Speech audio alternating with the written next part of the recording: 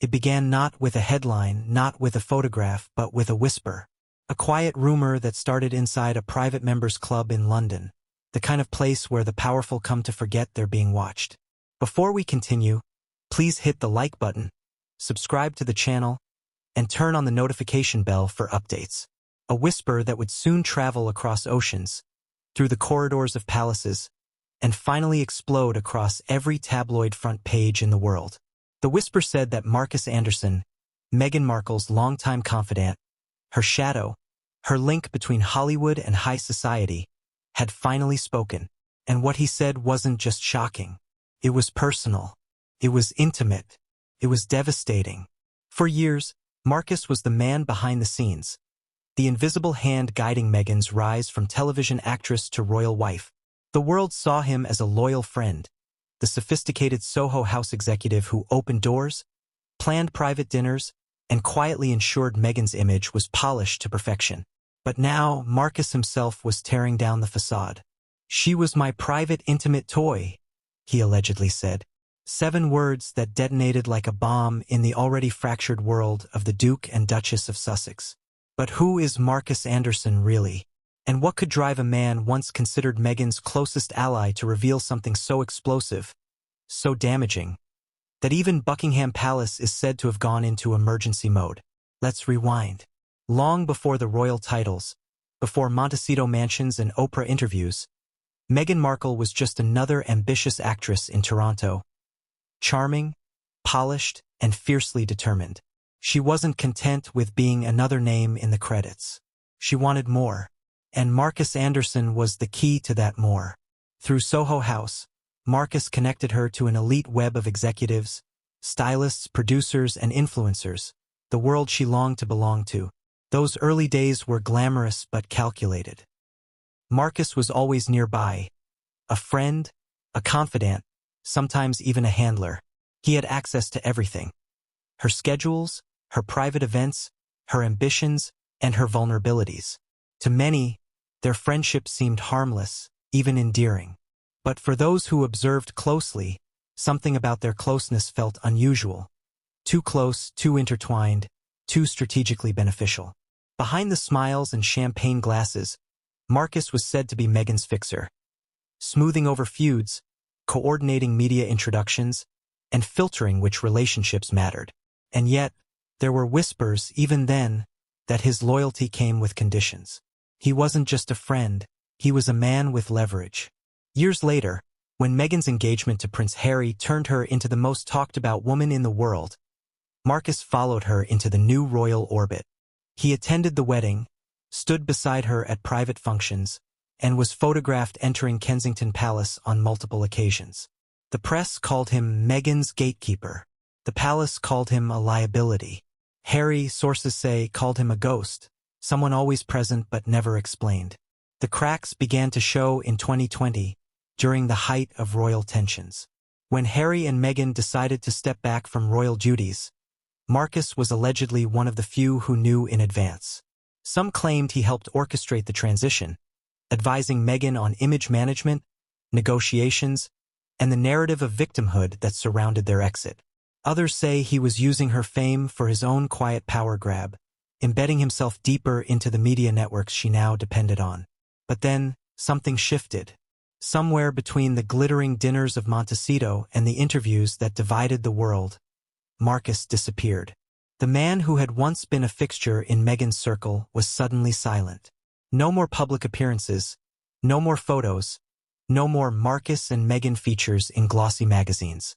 People assumed it was just distance, a natural drift between old friends. Until now, when Markus Anderson reemerged, it wasn't through a social post or a smiling reunion. It was through a statement that no one expected. He wasn't defending Meghan. He wasn't celebrating her success. He was dismantling her.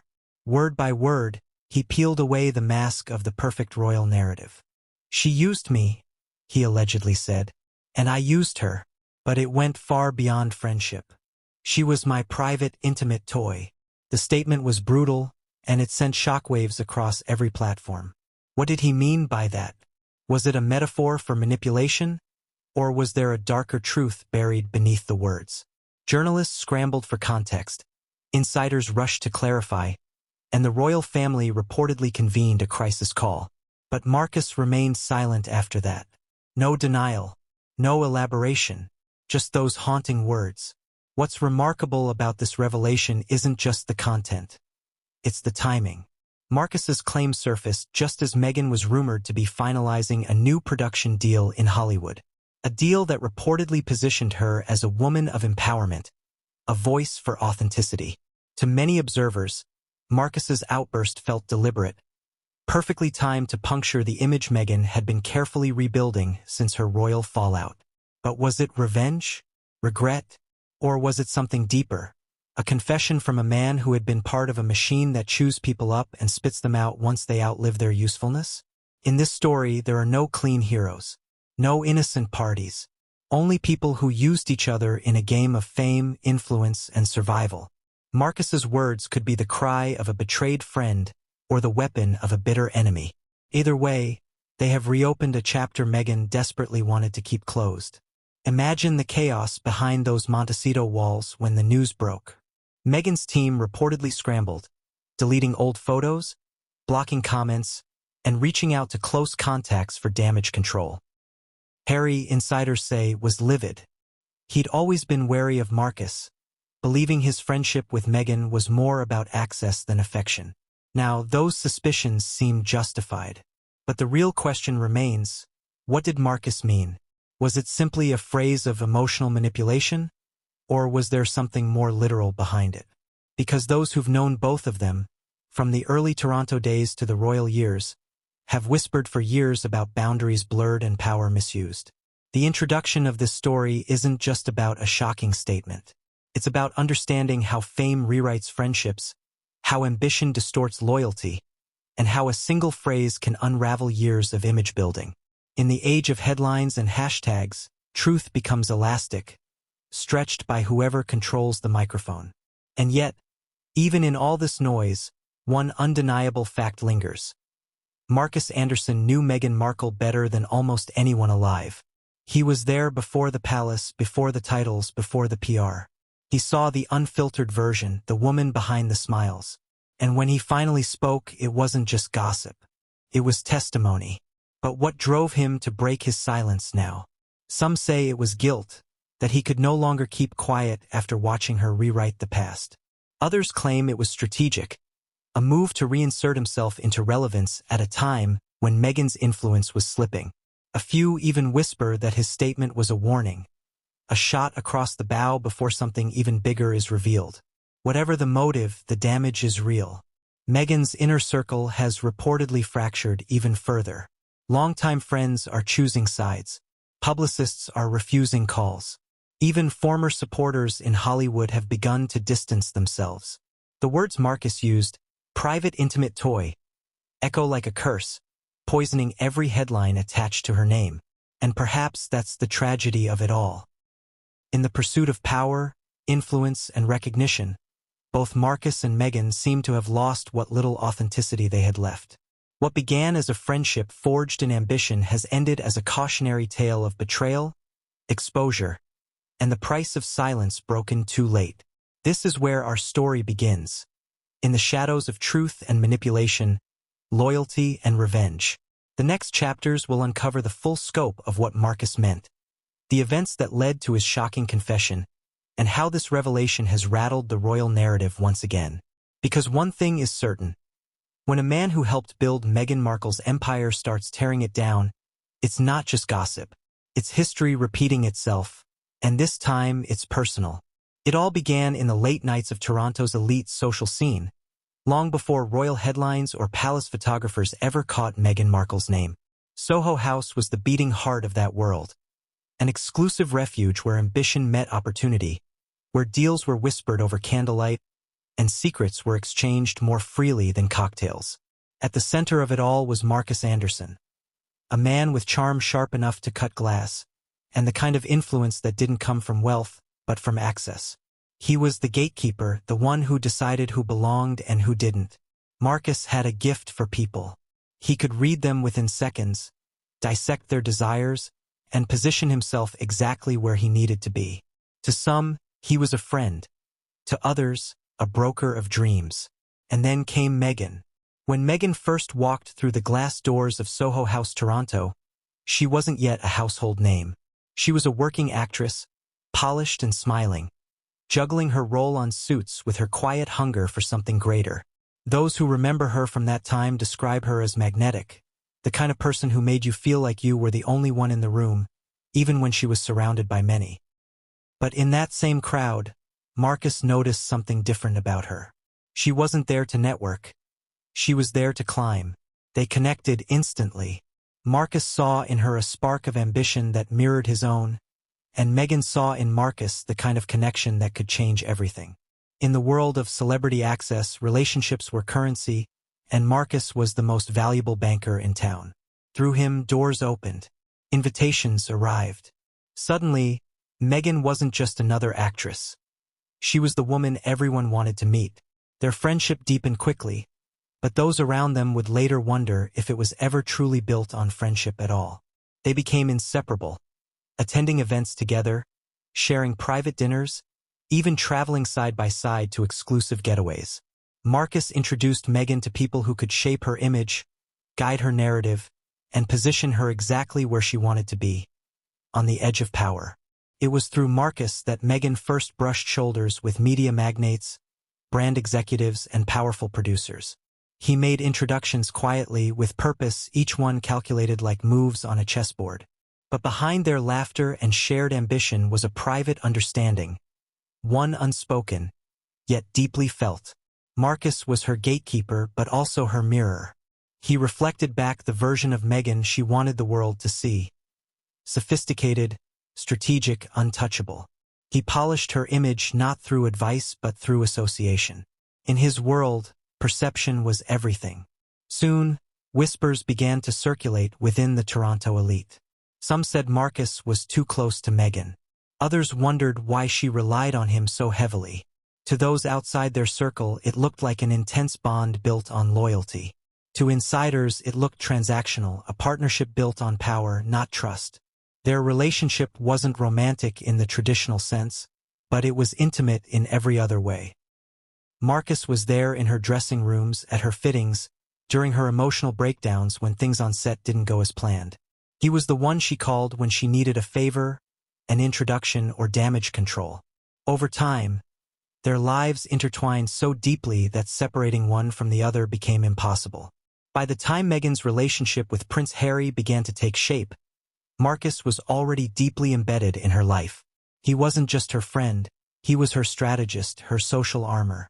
Those close to the couple would later admit that Markus's influence was obvious even in the earliest days of her royal connection. He advised on wardrobe choices, curated her talking points for social events, and even suggested which friends she should distance herself from. When Harry first met Markus, he reportedly found him charming but cautious. Harry had been raised to distrust anyone who got too close too fast, especially those orbiting fame. Markus, however, wasn't easily intimidated. He wasn't like the usual crowd around the royals. He didn't bow or flatter. Instead, he carried himself with quiet authority, making it clear that he was someone Meghan trusted implicitly. That dynamic didn't sit well with everyone. There were staffers who noticed how often Markus's name came up in Meghan's private conversations. He seemed to have influence over decisions that should have been made within the palace walls. Even some of Meghan's new royal aides whispered that he behaved more like an advisor than a friend. Still, Meghan relied on him completely. When the media storm around her courtship with Harry intensified, it was Markus who she turned to for crisis advice. He had connections with journalists, publicists, and editors who could either destroy or protect reputations. He knew how the media game worked. He'd been playing it long before Meghan became a duchess. As the engagement approached, Markus became both a comfort and a weapon. He shielded her from the tabloids but also helped her navigate them. Sources claim he was instrumental in curating the public image that would soon captivate millions, the glamorous American actress turned modern-day princess. Every photo, every event, every carefully leaked story was part of a strategy Markus helped craft. But within the palace, there was growing discomfort. The royal institution operates on strict codes of privacy and hierarchy, and Markus, a non-royal outsider with deep Hollywood ties, was viewed as unpredictable. Senior aides raised concerns about his access to Meghan's private communications. They feared he could become a liability, especially if his loyalty ever shifted. Harry, caught between his love for Meghan and his instincts as a royal, struggled to balance both worlds. There were moments of visible tension. During one private gathering at Kensington Palace, Marcus was said to have challenged a royal aide who questioned his constant presence. Witnesses described the room as frozen, when Marcus, smiling coolly, reminded the aide that Meghan wouldn't even be here if not for him. The remark, though subtle, carried weight. It exposed how much influence he truly believed he had over her. After the wedding, as Meghan transitioned into royal life, Marcus's role became even more complicated. He attended select events, usually behind the scenes, avoiding cameras but always near enough to observe.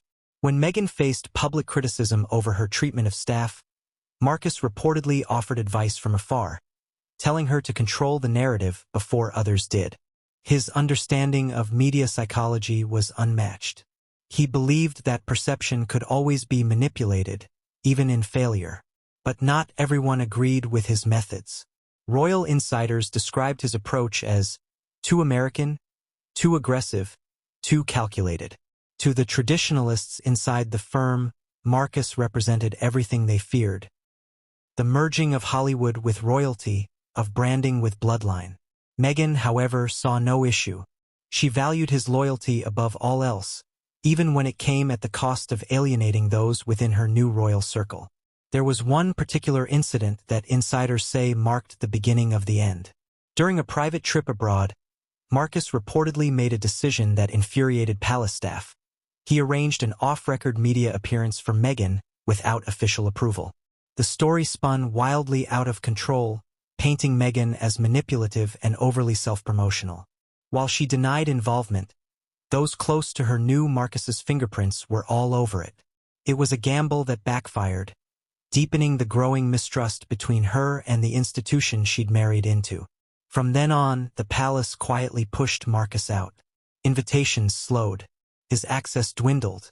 Even Meghan, now balancing royal duties and growing public scrutiny, began to distance herself slightly, at least in public.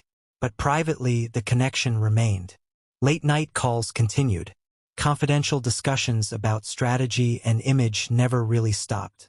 In the eyes of many, Marcus was both Meghan's greatest strength and her greatest weakness. He gave her everything she needed to ascend: confidence, exposure, control, but in doing so, he also gave himself the power to destroy it all. Years later, when his voice would finally break through the silence with that one disturbing confession, those who knew their history weren't surprised. They said it was inevitable, that relationships built on leverage, ambition, and secrecy never end quietly.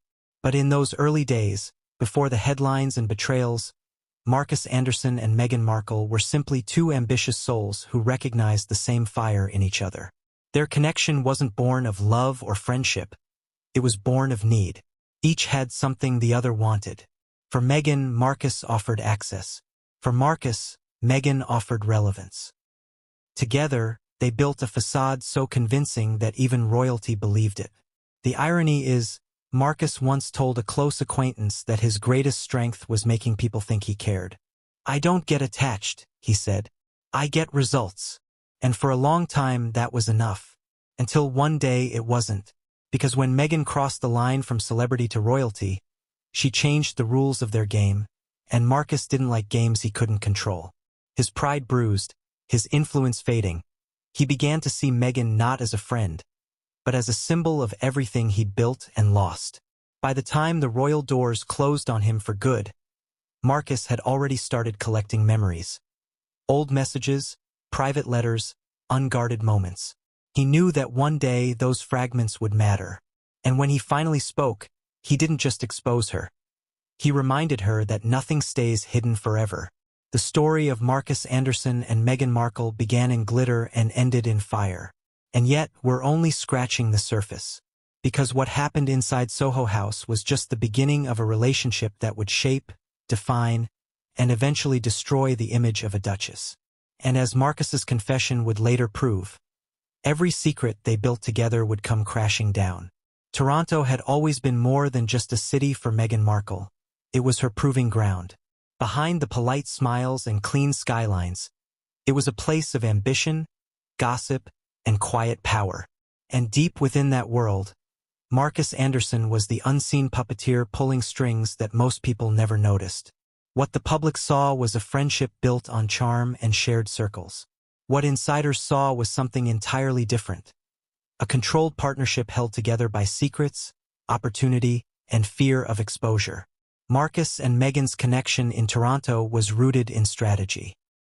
Every public appearance, every leaked photograph, every whispered story about her rising star was part of a carefully engineered image campaign. Markus was the architect. He knew how to build mystique around people, and Meghan was his masterpiece. He told friends that image was everything. Not the truth, not authenticity, just perception.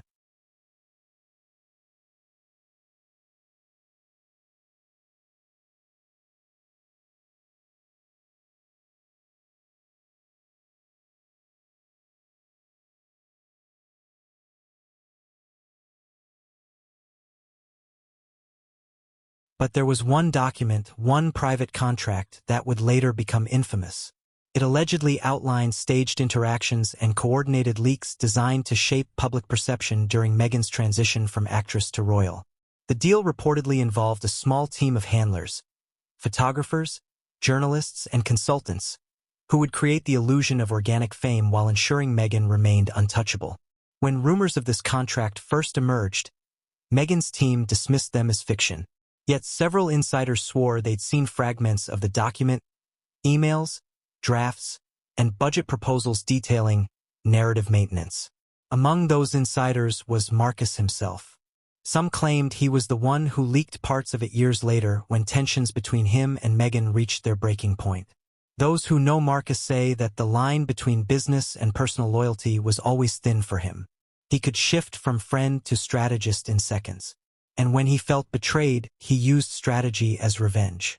One Hollywood associate recalled a chilling remark he made during a private party in Los Angeles shortly after Meghan and Harry's royal wedding. "I built her story," Markus reportedly said, "and I can unbuild it just as easily." The room fell silent. It wasn't said with anger, but with the calm confidence of someone who knew he held the keys to a kingdom. As Meghan's royal life unfolded, the lavish ceremonies, the controversies, the media wars, Markus remained largely invisible. But those who watched closely noticed patterns that bore his signature. Coordinated leaks, timed appearances, strategic silences. He wasn't gone. He was operating in the shadows, influencing the story even as Meghan claimed independence from him. And yet, something had changed. Markus's contracts, both literal and emotional, had begun to fray. Hollywood PR firms that once relied on his connections were starting to distance themselves. Meghan's growing reputation for controversy made her less marketable, and Markus's involvement risked drawing unwanted scrutiny. His golden asset was becoming a liability. That's when the whispers began again. Quiet at first, but growing louder. Stories of recorded calls, confidential communications, and undisclosed agreements started to circulate among Hollywood insiders. A producer who had once worked with Markus claimed he'd mentioned having backup files. Insurance, he called them, containing proof of how certain media narratives about Meghan were orchestrated. If those files existed, they could destroy the image Meghan had fought to preserve. They would show how authenticity had been engineered, how charity work had been positioned, and how interviews were crafted to manipulate emotion. Markus never confirmed their existence, but his silence was loud enough to make everyone uneasy. It was during this time that Markus's behavior reportedly shifted from composed strategist to unpredictable force. He began attending high-profile events again, often making offhand remarks about knowing too much. He seemed both bitter and proud, like a man who wanted revenge but also needed recognition. Friends said he felt discarded. After all the years he'd invested, Meghan had closed the door on him the moment she didn't need him anymore. For Markus, loyalty wasn't about affection. It was about utility. And when his utility ran out, he felt humiliated. That humiliation, sources say, was what ultimately pushed him to speak. Not publicly at first, but privately to a select few. He began revealing fragments of what he claimed were the truth behind Meghan's rise. The staged paparazzi moments, the paid exclusives, the emotional manipulation of both media and men. He spoke about her not as a friend but as a construct, a creation. Everything about her was rehearsed, he allegedly said. Even her vulnerability. The irony wasn't lost on anyone who knew them. Markus had helped build that performance. Now he was exposing it. His words began circulating in private circles, journalists, agents, PR insiders. Some dismissed them as bitterness. Others saw them as warnings. But one thing was clear: Markus had crossed a line. Once he began sharing details about those Hollywood contracts, there was no going back. One rumor suggested that among his private collection of files was a recording of a phone call involving Meghan and a Hollywood fixer. A call that discussed managing optics and leveraging empathy. If real, that recording would prove that Meghan's public image as a humanitarian and victim was not spontaneous but carefully manufactured. When confronted about the rumor, Markus reportedly smiled and said, "People see what they're meant to see. I just helped them look in the right direction." That cryptic statement only fueled the speculation further. Was Markus confessing, boasting, or threatening? No one could tell. But soon after, the world would hear the line that ended any doubt about his intentions. The line that would send shockwaves through Buckingham Palace and Hollywood alike. "She was my private, intimate toy." Those 7 words would become the defining sentence of Markus Anderson's career. A career built on silence, secrecy, and manipulation. But before he said them publicly, he had already rehearsed them in private, testing how much damage they would do. And once he saw their power, he never turned back. The truth about Markus's contracts and Hollywood connections remains murky. Some deny their existence. Others insist they were real but misinterpreted. But what no one can deny is that Markus Anderson's relationship with Meghan Markle was never simple friendship. It was business, leverage, and eventually betrayal. And as the story shifted from private deals to public humiliation, the stakes grew higher. Because the next chapter of their story wouldn't unfold in boardrooms or private lounges. It would unfold in confrontation. Because one night, in a quiet room lit only by a phone screen and fear, everything they'd built together began to crumble. And it started with one discovery that Meghan could never unsee. It was supposed to be an ordinary evening, quiet, routine, forgettable. But in the kind of world Meghan Markle and Markus Anderson lived in, no evening was ever truly ordinary. Every glance, every phone call, every message had weight. And on this particular night, that weight would come crashing down, changing the course of their relationship, and perhaps Meghan's entire public life. Forever. The air in Toronto that night carried an early chill, the kind that crept in from Lake Ontario and lingered between the skyscrapers. Meghan had just returned from a small dinner hosted by a producer she'd known for years. She was exhausted, not from conversation but from the constant effort of performance. Smiling when she didn't feel like it, listening when her thoughts were miles away. Her career was rising, her name was trending, but the higher she climbed, the lonelier it became. Markus, as always, was close. He'd texted earlier, asking if she was home. It wasn't unusual. He had a way of checking in that felt protective but sometimes intrusive. That night, however, his tone was different. He wasn't asking, he was telling. "We need to talk," the message read. "Now." Meghan hesitated before replying. She knew what that tone meant. Markus never asked to meet unless it was serious. Within 20 minutes, he was at her door. The knock was sharp, deliberate. When she opened it, he didn't bother with pleasantries. He walked in like he owned the place, his face unreadable, his phone in his hand. "What's wrong?" she asked, her voice steady but cautious. He looked at her for a moment, then held up the phone. "You tell me." On the screen was a photo, not a scandalous one but compromising enough. It showed Meghan sitting at a cafe with a Hollywood PR executive she'd been avoiding. The problem wasn't the meeting. It was that Markus hadn't arranged it. "I thought we agreed you wouldn't deal with him," Markus said, his tone quiet but razor-sharp. Meghan sighed. It was nothing. Just coffee. Nothing? Markus stepped closer. He's been feeding stories to the press for months. Stories I've been cleaning up. And now you're meeting him behind my back. For a moment, the room went silent except for the faint hum of the city outside. Meghan tried to speak, but Markus cut her off. Do you know what I've done for you? How many fires I've put out because of you? She crossed her arms, defensive now.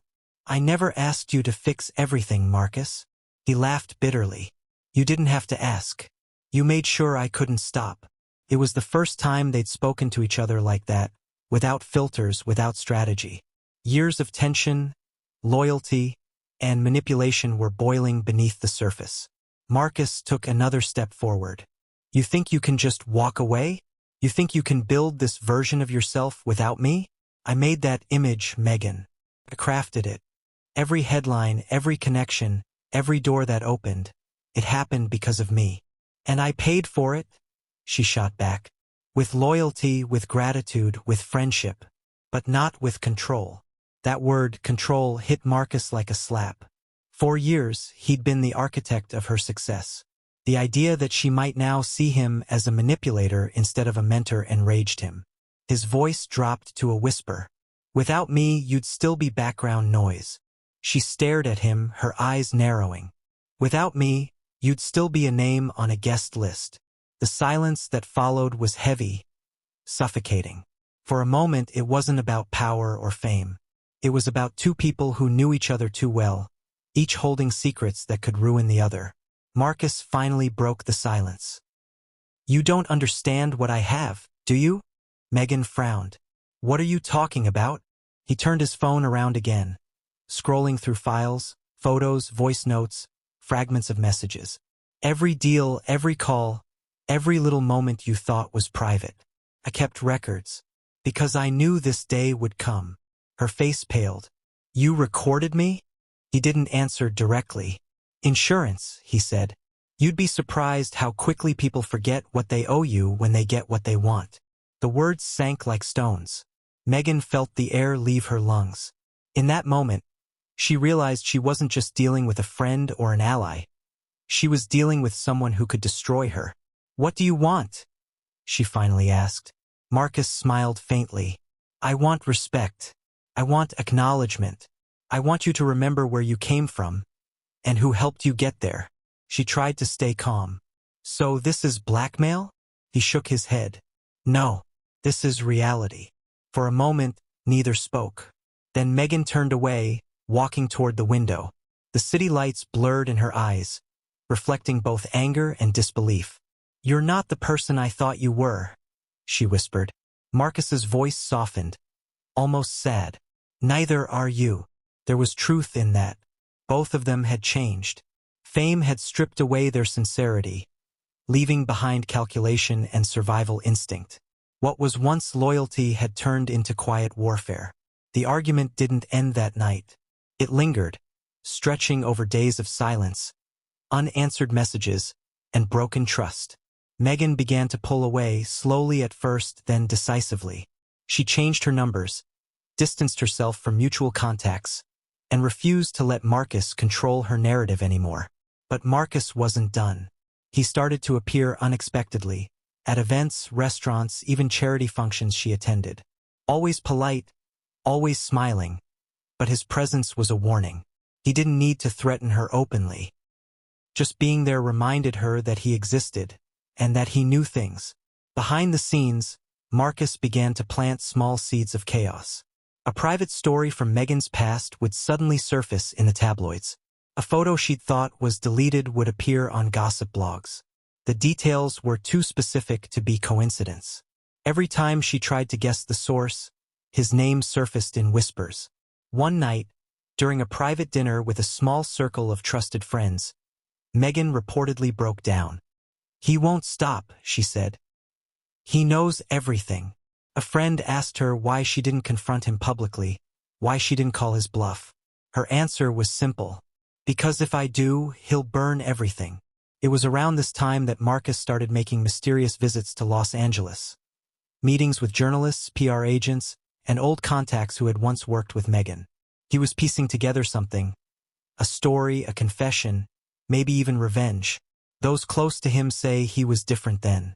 He wasn't angry, he was methodical. He wanted to tell the world his version of their story.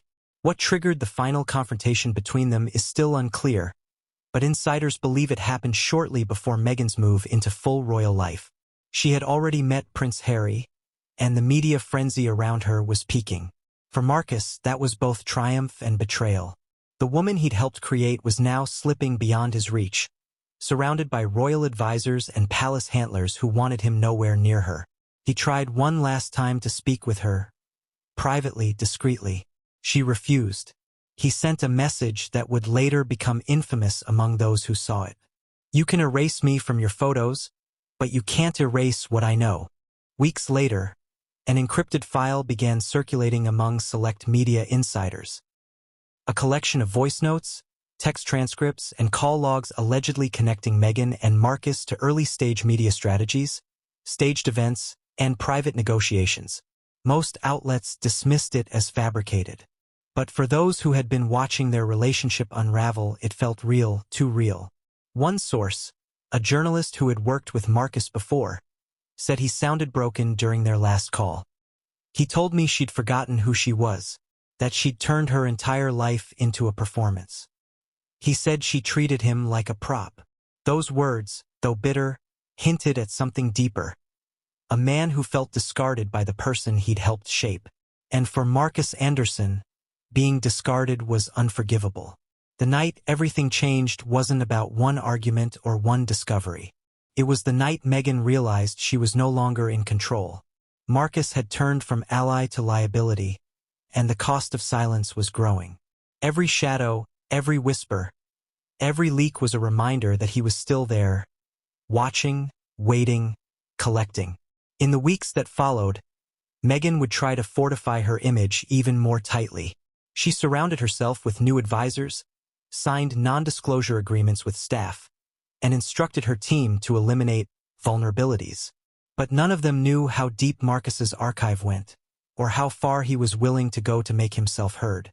Because the real story wasn't about revenge. It was about validation. Markus wanted acknowledgement. He wanted the world to know that behind Meghan Markle's meteoric rise was a man who had shaped it all, and that when she turned her back on him, she made the biggest mistake of her life. And one night, months later, that validation came, not through reconciliation but through exposure. Markus's words, his recordings, his evidence, all of it would surface. The phrase he once used in private would echo across the world, twisting Meghan's name into a headline she couldn't control. But before that revelation came to light, Markus made one final move, one that would leave Meghan shaken and the palace on alert. He decided to talk, and the first thing he said would change everything again. The moment Meghan Markle crossed from celebrity to royalty, everything changed, for her, for Harry, and for everyone who had ever been part of her inner world. But for one man, the change hit harder than anyone could have imagined. Markus Anderson, the quiet architect of her social ascent, found himself standing at the edge of history, watching the woman he had once guided now step into a palace where his name was suddenly unwelcome. The fairy tale began with headlines and champagne. The world was enchanted. The American actress who captured a prince's heart. Every magazine cover, every television special, every journalist's voice carried the same message. This was modern love rewriting royal tradition. But beneath that glittering surface, tension brewed. Because for every new royal protocol Meghan was learning, there was an old friend being quietly erased.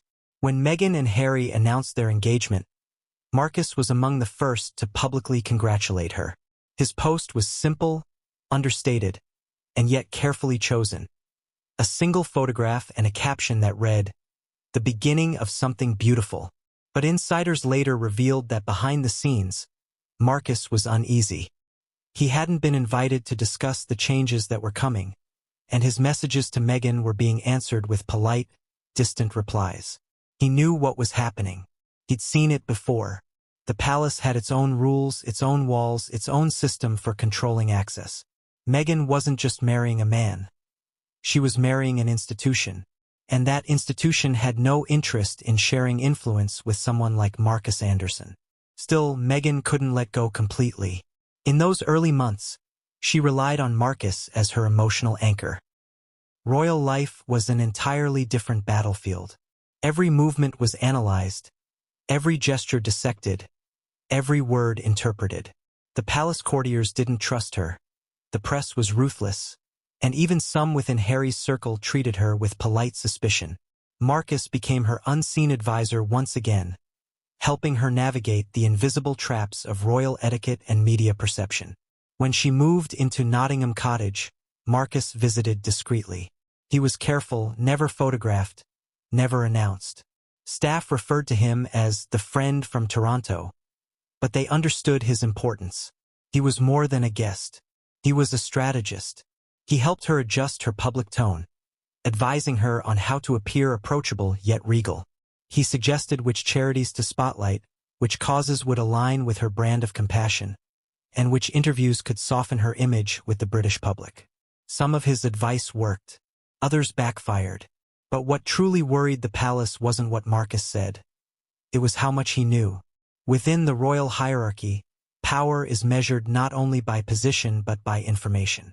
Markus had access to both Meghan's private thoughts and her communication patterns. Knowledge that could prove dangerous if ever turned against her. When senior courtiers discovered his influence, they began quietly restricting him. Invitations slowed. Background checks were conducted. Security briefings included warnings about unofficial advisors. Harry noticed the shift. He respected Meghan's loyalty to old friends, but Markus's proximity unsettled him. He'd grown up watching outsiders circle his family. Journalists, opportunists, hangers-on. People who came close extracted what they needed and then vanished. Markus wasn't just another acquaintance. He was deeply entrenched in Meghan's past, and now that past was following her into Buckingham Palace. Tensions came to a head one evening at Kensington Palace during a private dinner attended by a few close friends. Markus had flown in from Canada for a short visit. He was seated next to Meghan, chatting easily, his confidence filling the room. But Harry, already exhausted from the media, he sat there, frozen, the photo trembling slightly in his hand. The image wasn't intimate in the traditional sense, but it carried something far more dangerous: familiarity. The kind of closeness that words couldn't explain. The timestamp in the corner was even worse. It was dated several months after their royal wedding. He flipped through the pages quickly, his pulse pounding. The documents weren't random. They appeared to be fragments of communication between Markus and a PR consultant, referencing controlled exposure, reputation management, and confidential image strategy. One phrase repeated several times: Project Reset. Harry's breath hitched. He scanned faster, desperate to make sense of what he was seeing. Near the bottom of the pile was a printed email thread between Markus and an unknown recipient, with Meghan's name mentioned in the subject line. It read, has agreed to proceed with alternative image direction. Discretion is key.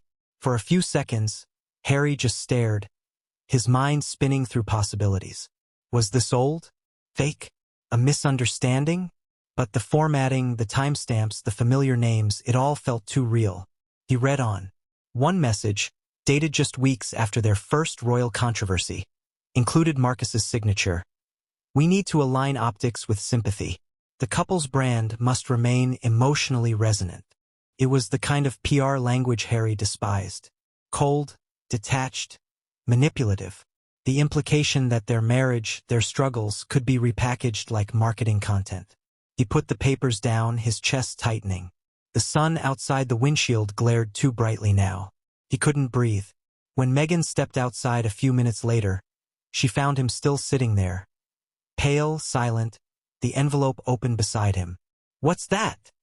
She asked carefully, sensing something wrong. Harry didn't answer at first. He just looked at her, his voice shaking. Why was this in the car? Meghan froze. The moment she saw the photo, her face changed. Shock, then recognition, then fear. Where did you get that? She whispered. In the glove box, Harry said. Why would this be here? Meghan reached for the papers, but he pulled them away. "What is this, Meghan?" he demanded. "Who's Markus talking to? Why is your name on these?" Her voice trembled. "It's not what you think." "Then what is it?" She hesitated, her mind racing for an explanation. "It's old. From before we left London. Markus was helping me with some media cleanup. You know how crazy things were back then." "Media cleanup?" Harry repeated, disbelief tightening his jaw. "You mean this?" He held up the page where Markus's email mentioned aligning optics with sympathy. "This isn't media cleanup, Meghan. This is manipulation." She tried to stay calm, but her eyes betrayed her. "You don't understand how it worked back then," she said. "Everyone was leaking stories, spinning things. Markus knew how to handle it. He was protecting me." "Protecting you?" Harry snapped. "Or controlling you?" That question hung in the air like smoke. Meghan didn't respond. Her silence was an answer on its own. Harry turned back to the documents. "You said you cut him off. You told me he wasn't part of your life anymore." "He isn't," she said quickly. "Not since," she stopped. "Since what?"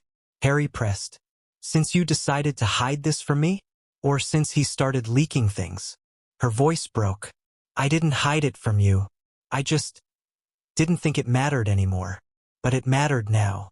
Every paper in that envelope screamed that Markus Anderson still had threads tied to Meghan. Threads that had never been cut, only buried. Harry left the car without another word.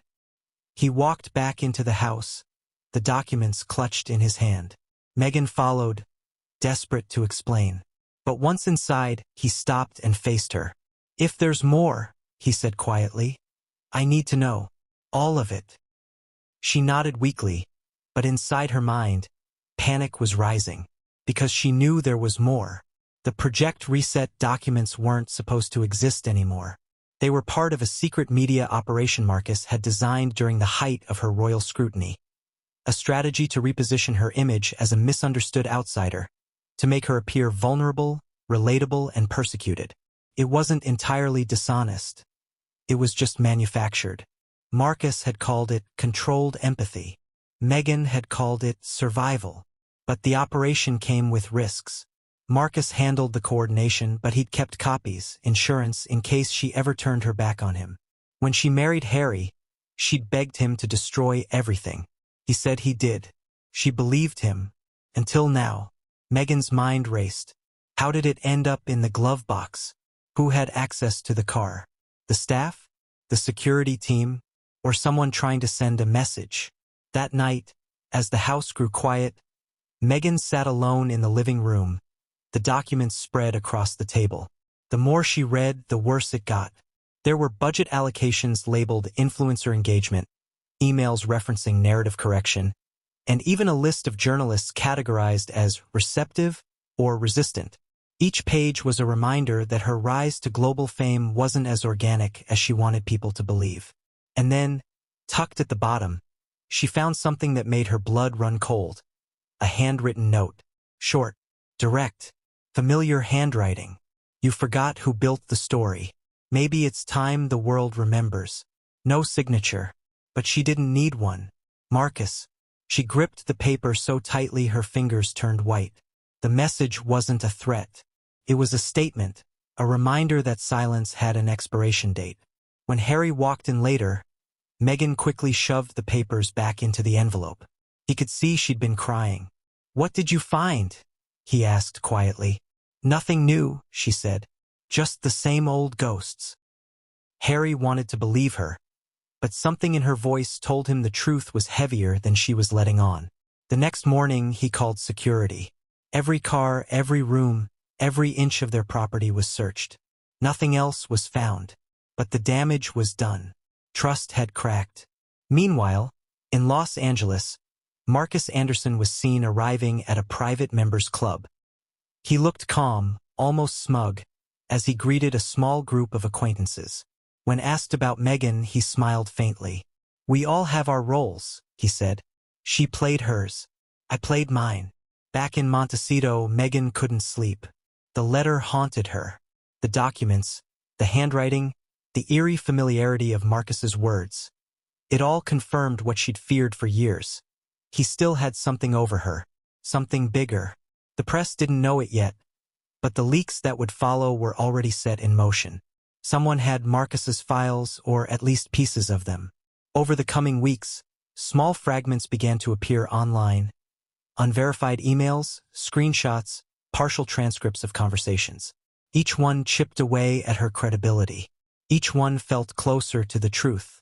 Harry tried to shield her, but he couldn't stop what was coming. This wasn't just a scandal. It was a reckoning. Markus's shadow had found its way back into their lives, and it wasn't going to leave quietly. As the tension grew, Meghan began to retreat. Calls went unanswered. Public appearances were cancelled. Those close to her noticed a change. The confident Duchess replaced by a woman haunted by something invisible. And then came the breaking point. Late one evening, Meghan received an anonymous email. No greeting, no context, just a single attachment. A voice recording. When she pressed play, Markus's voice filled the room. Calm, deliberate, unmistakable. "She was my private, intimate toy," he said. "Everything she touched was part of the game. And she knew it." Meghan's heart stopped. The recording ended abruptly, leaving only the hum of silence behind it. She dropped the phone, her hands trembling. He had done it. Markus had finally spoken. And the world was about to listen.